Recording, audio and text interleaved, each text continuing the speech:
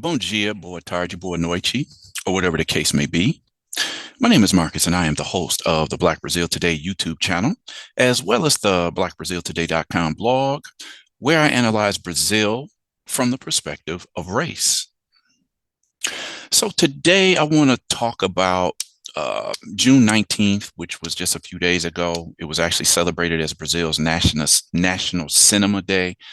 It's a day where, the country just reflects on, the film work of, Brazilian actors and filmmakers, film producers.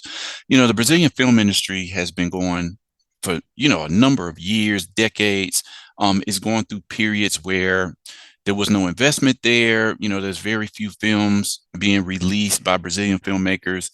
It's rebounded. Now it's trying to it's trying to rise to get a larger share of Brazilian movie fans.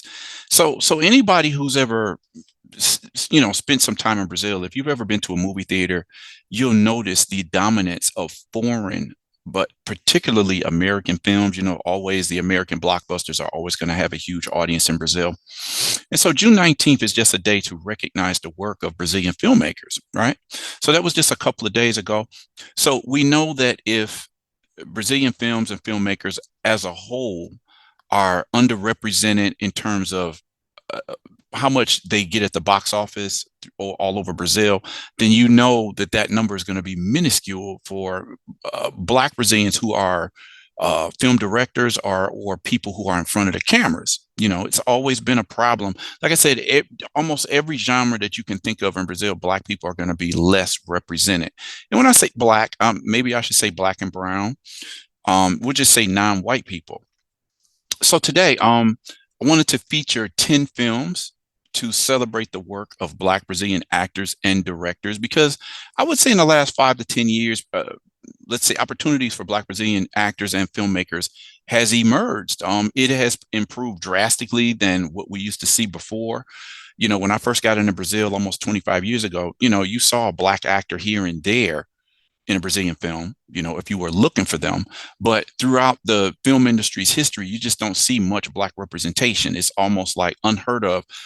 Well, I'm not going to say unheard of. It's just very few examples of films where you see a majority Black cast and or a Black director. That's changed in recent years. I've been seeing, an incredible increase in like I said, in the opportunities. It's something that I like to talk about. I always cheer for, Brazilian films, particularly those directed by Black Brazilians, or who have a large percentage of Black actors in the film. So before I even get into this today, I want to put this into a little context, as I always do. As I've said, June 19th designated as Brazilian Cinema Day, or Dia do Cinema Brasileiro. Okay. So there were a lot of articles that were talking about the celebration of this particular day. These are all some of the ads that you'll see online if you punch in Dia do Cinema Nacional. And when we say Nacional here, obviously we're talking about Brazilian cinema. CNN Brazil did a story just recognizing some of the biggest films in Brazil's cinema history. Or many of you will remember this film, Cidade de Deus, or City of God. And then, there's just a number. You have a film from 1931 here. Here's another film from 1962, Apagador de Promessas. These were some, even if they weren't what you call didn't bring in a whole lot of money, these are films that really set the tone for the Brazilian film industry. These are just some films you could just start looking for. Eles não usam black tie, 1981, meaning they don't use black tie or they don't wear black tie. And on and on. Central do Brasil, a big film from 1998. Okay. What else we have here? And then, of course, Cidade de Deus, which was a huge film. We have Tropa de Elite. Okay. So, a lot of these movies are available, online. A lot of the films that I'm going to be talking about today, you can actually find them on YouTube. Netflix has opened up enormous opportunities for Black Brazilian actors as well as filmmakers. Okay. Now, just to get an idea of what I'm saying about how the American film industry dominates Brazil's market, it says, each 100 like films or sessions in movie theaters in Brazil, out of every 100, only 13 are Brazilian films. The other 87 are foreign films, particularly American films, 13 out of 100. Okay. So the numbers are kind of shocking. Let me see. It says from January to September, I don't know what year this is, 2022, 2023, 24, somewhere in there. The average of 84 film sessions by of foreign films versus 21 Brazilian films, in that, per week. Let me see. 71,000 film sessions or times were realized in the country, and 62,000 of those were foreign films. So, I mean, for those of you who live, I mean, it's not just Brazil. American cinema dominates all over the world. So some of these blockbuster films. Let me see. So it's like in the first week of the year, the top list of films that generated, profits in Brazil it was occupied by American films. So we know about Avatar, some of the films are always either going to be translated into Portuguese, or sometimes they just let the title in English go. So Avatar, O Caminho da Água, Gato de Botas, I think that's Puss in Boots, #2. You have the Super Mario Brothers series. You have the Barbie movie. But look at these stats. Let me see. Until September, foreign films foreign films had already grossed like 1.7 billion reais in Brazil, which is 98.7% of the, Brazil's box office, while the sales for Brazilian films only summed up 22 million reais. So look, 98.7% of box office sales in Brazil were from foreign films. So I'm saying American cinema, American films dominate Brazil's, film market, where people, these films are huge. So if it's a big hit in the United States, it's probably going to be a big hit in Brazil. Hollywood dominates about 90% of Brazilian, let's say just film, just film rooms, film, theaters. 90% are going to be foreign films. It's Hollywood dominates 90% in Brazil. 90%. And I've seen this, all the while that I visited Brazil, and when I lived in Brazil for 9 years, I would consistently go. Most of the film theaters that I went to in Sao Paulo were located in shopping malls. And so this is what I'm talking about. Like, what does this say? They're talking about Avatar. Occupies 72% of all of the, movie theaters in Brazil. At the time you saw Pantera Negra, Wakanda, Black Panther. I'm sure you can all recognize the title there. Let's see, what else do we have? Okay, so just to get an idea, this was a film of a popular Brazilian cartoon. In Portuguese, it's called Turma da Mônica. I think it's Monica's Gang in English. So they chose real actors to portray these. Any kid in Brazil is going to know these characters, okay? But I talked a little bit about this dominance of American films in Brazil's film market. So as I've discussed in a few past articles, Brazil is in some way an American colony in terms of its media. To get an idea, recent data revealed that 89.4% of the Brazilian public watched foreign films in 2012, with all of the all-time highest grossing foreign films coming from the United States. Of the top 13 highest grossing films of all time in Brazil, only 2 are Brazilian. Tropa de Elite, #2, which ranks #1. And what is it? Dois Filhos de Francisco, which comes in at #10. Another revealing fact that demonstrates American dominance is that in 2013, foreign films in Brazil grossed 1.4 billion Brazilian reais, while Brazilian film productions only took in 157 million. There's some very revealing stats. Okay.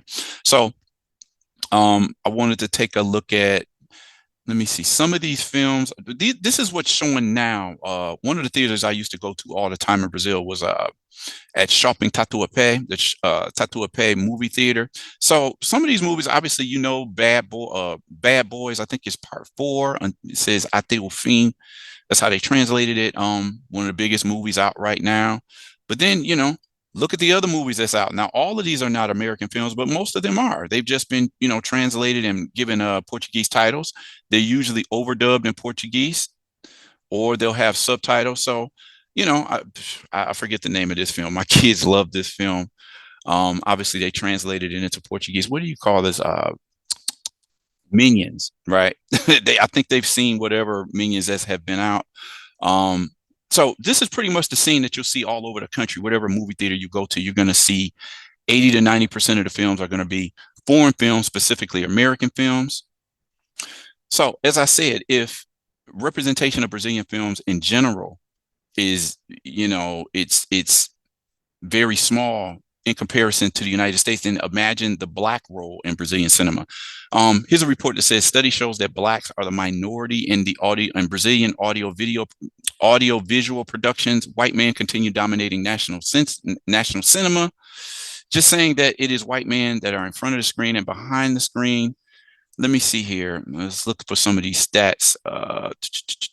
In 2016 Brazilian films, women represented 40% of the cast, while blacks only represent 13.3%. Let me see. In 75.3% of national feature films, blacks at the most represent 20% of the cast. Let's see what else we have here. White men remain those with the most space in the scenario. They are the majority among directors at 75.4%, producers 59.9%. What other stats stick out here? When the director of a film is black, the chance of a screenwriter also being black increased to 43.1%. The whole point here is that black people in Brazil have always been underrepresented, whether they're behind the camera running the show as directors or they're actually on screen in front of the camera. Brazilian cinema is marked by the invisibility of black people. Let me see what else we have here. Okay, again, of the films that were studied, 240 national films from Brazil that were part of the study from 1995 to 2018, 84% were directed by white men. 71% of them were the screenwriters. Let me see what else we have here. Okay, so this is just an idea of the lack of representation you have in Brazilian film for black actors and filmmakers. But as I've said, that has grown a lot in recent years. So that's why I want to get into. I'm going to come back to some of these articles here because I want to talk a little bit more about that in context. So I'm going to come back to these. So for now, let's just get into the article for today. June 19th was Brazil's National Cinema Day. Here are 10 films to celebrate the work of Black Brazilian actors and directors. I want to point out again that you can find a lot of these movies online, just on YouTube. Some of them are featured on Netflix. As I've said, as Brazil has been so slow to put black people in front of the camera and behind the camera in any large numbers. Online streaming sites has been where a lot of black directors and filmmakers, Brazilians, have found more opportunity, particularly on a place like Netflix. There's a couple films that I want to watch right now. I'm going to get to that. Hopefully in the next few weeks. There's a lot of good stuff coming out of Brazil these days. So let's get into this article for today. I talked a little bit about this previously, so I just want to get directly into the films. National Cinema Day, which was celebrated on June 19th, is a date to celebrate the best that Brazilian audiovisual has ever provided. And it is precisely with this in mind that the Omelete website decided to remember the work of Black actors, actresses, filmmakers who were fundamental to writing this story. From classic films such as 1963's Danga Zumba, to the recent documentary Racionais, From the Streets of Sao Paulo to the World, there have been almost 60 years of much history and struggle for these professionals to receive their due recognition. Big names such as Grande Otelo, Zezé Mota, Antonio Pitanga are part of this and inspired many others to come later, such as Thais Araújo, Lázaro Ramos, and Cesar Melo. Ganga Zumba from 1963. There's been a couple of films they have talked about the Quilombo of Pomares back in I think it was the 17th century. These were maroon societies where escaped Brazilian slaves set up their own communities. There have been films and documentaries that have discussed these societies created by mostly Black people, but also were home to whites and Indians. Big history in Brazil. Racionais is about a documentary about the Racionais MCs, the most legendary Brazilian hip hop group. I've always described them as a mix of NWA and Public Enemy, for those of you who remember those groups. Big names. Grande Otelo is recognized as one of Brazil's greatest actors. Brazil's equivalent of the Oscars uses a statue now. The film is the awards is actually called the Grande Otelo Awards now. It's Brazil's equivalent to the Oscars, and they have a little statue that's a replica of Grande Otelo. Zezé Mota, who I've talked about in a few recent videos, and Antonio Pitanga. He is the father. He's a well-known actor and the father of one of Brazil's top actresses today, Camila Pitanga. The newer stars, Thais Araújo and Lázaro Ramos, are married. They're, husband and wife couple. Lázaro Ramos has recently gotten into directing. And then there's Cesar Melo. So I remember in 2009, this was a big film, Besouro. So shortly before the end of the 2000s, the first decade of the 2000s, the film Besouro was released, a typically Brazilian drama that mixes religion and culture of African origin in Brazil to design an exciting saga. Alongside actors Jessica Barbosa, Chris Viana, Adriana Alves, and Sergio Laurentino, Ailton Carmel stars in the feature film that follows the renowned capoeira master Manuel Henrique Pereira, nicknamed Besouro. Those of you who know anything about Brazil know that, capoeira is the Afro-Brazilian martial art, which is at the center of this film. The film, directed by João Daniel Chicomirov, tells the story of a Black man, an orphan, who became one of the greatest capoeira masters of his time. You have the film Doutor Gama, which means Dr. Gama. This is about Luis Gama. An important film of recent years is Doutor Gama by director Jefferson Day. In it, Luis Gama, played by Cesar Melo, manages to free himself as a teenager and teaches himself to read. His love of reading opened several doors for his development as a lawyer throughout his life. Luis freed through judicial means hundreds of victims of slavery. A lot going on there. Luis Gama is, to me, he's like a mix of Frederick Douglass and Harriet Tubman. He was a leader. He was enslaved. I think he was sold into slavery by his father to pay off his gambling debt. So Luis Gama was mixed. He had a white father. He taught himself. Back in those days in the 19th century, Blacks were not allowed to go to law school. They gave him a posthumous law degree recently. This was like, I don't know, maybe 5 or 6 years ago, to recognize this man. He freed like 500 slaves, even though he was not recognized legally as a lawyer. Okay, incredible film. Just a scene from the film. His mission was to liberate and guarantee the rights of people in conditions of slavery, and to demand that the laws existing in the country be applied. In addition to Melo and Isabel Zua, the cast also includes actors and actresses Zezé Maltagen, again, Mariana Nunes, Romeo Evaristo, Sydney Santiago. Sydney I've been knowing that guy for years, and good to see he's been getting a lot of roles as of late. And Dani Ornelas, among others. Then you have this film, Medida Provisória. Okay, this was actor Lázaro Ramos was his first debut as a director. This is his wife Thais Araújo, who he placed in the film. This is Seu Jorge here. This is a British actor who, I guess, he speaks very good Portuguese. His name is Alfred Enoch. Let me just talk about this film real quick. It was actually based on a theater piece. Completed in 2019, Lázaro Ramos' debut film as a director only arrived in Brazil in 2022. The reason, according to Ramos, were difficulties imposed by Ancine during the government of the extreme right president Jair Bolsonaro, who was president of Brazil between 2019 and 2022. Ancine is the organ of cinema in Brazil that is like the administration department connected to the Brazilian government. So Lázaro Ramos is saying that his film took a few years to come out because of all the red tape they put in front of his film. The film was translated as executive order. In addition to Thais Araújo, again, this woman here, who I consider Brazil's top Black actress, Seu Jorge, who's an actor and musician, this guy right here, Emicida, who was one of Brazil's top rappers, and several other Brazilian names. The film also features the British actor Alfred Enoch, famous for his role in the Harry Potter saga. Okay, just another scene from the film. In the plot inspired by the play of the same name, in an initiative to repair Brazil's slave past, the Brazilian government decrees a provisional measure that forces Black citizens to move to Africa with the intention of resuming their origins.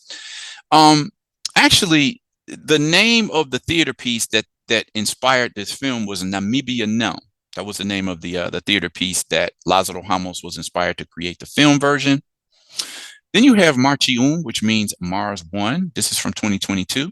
It was chosen to represent Brazil as a finalist at the 2023 Oscars. Marte, meaning Mars One, is one of the most sensitive Brazilian productions in recent years. Okay, a couple scenes from that film. Directed by Gabriel Martins, the film that won in the popular jury category at one of Brazil's most important film festivals, the Gramado Film Festival, follows the lives of the four members of a peripheral family in the last months of 2018, shortly after presidential elections, and how they deal with the difficulties created by the Brazilian social political scenario. The film revealed young talents such as Cicero Lucas and Camila Damião. The film was chosen to represent Brazil in the running for Best International Film at the Oscars of that year. Um, this was a cool film because this kid right here, the same kid right here, his father wants him to grow up to be a great soccer player while he has aspirations of being on a mission for Mars, Mars One. So, he had different dreams than what his father had. Okay. Excellent film. It won a lot of awards at I forget the name. I think it was the Gramado Film Festival. This film took home a lot of awards in one of Brazil's top film festivals. Then you have a recent release. This is Mussum, okay, from 2023. Mussum o Filmes. Just Mussum the film. Anybody who knows about Mussum knows that he was a popular comedian in Brazil. Big dark-skinned black man. He was well loved from this one particular we call it skit comedy television program, and he had his signature way of speaking. He would finish all of certain, well, not all of them, but a lot of his words he would finish the word with the is ending. So they're taking that off of how he was speaking. They call it Mussum o Filmes. Representing comedy, the film Mussum o Filmes, directed by Silvio Guindani and written by Paulo Cursino, tells the story of one of the country's most beloved humorists, Antonio Carlos Bernardes Gomes, better known by the stage name of Mussum, brilliantly played by the actor Ailton Graça, this guy here. He's another one of those actors who everybody knows his face. I'm not sure everybody knows his name. Maybe they do, maybe they don't. The script is well written, portraying Mussum at different stages of his life, starting with his childhood up to adulthood, while showing the conflicts that went down between the musician and the comedian, and the success he found being a member of the legendary band Os Originais do Samba, one of Brazil's best samba bands. Okay. Then you have Café and Canela from 2017. It was directed by Glenda Nicasio and Ari Rosa. Café con Canela, which means coffee with cinnamon, is a drama film that tells the story of Margarida. After the death of her son, she separates from her husband and loses contact with her friends. However, the story takes a different turn when Margarida meets Violeta, one of her former pupils. The production released in 2017, was the first national feature film directed by a Black woman in 34 years. Speaks volumes of what I spoke about just a few minutes ago, just talking about the underrepresentation of Black Brazilians, both in front of the camera and in behind the camera. This is a great film. M8, Quando a Morte Socorre a Vida from 2019.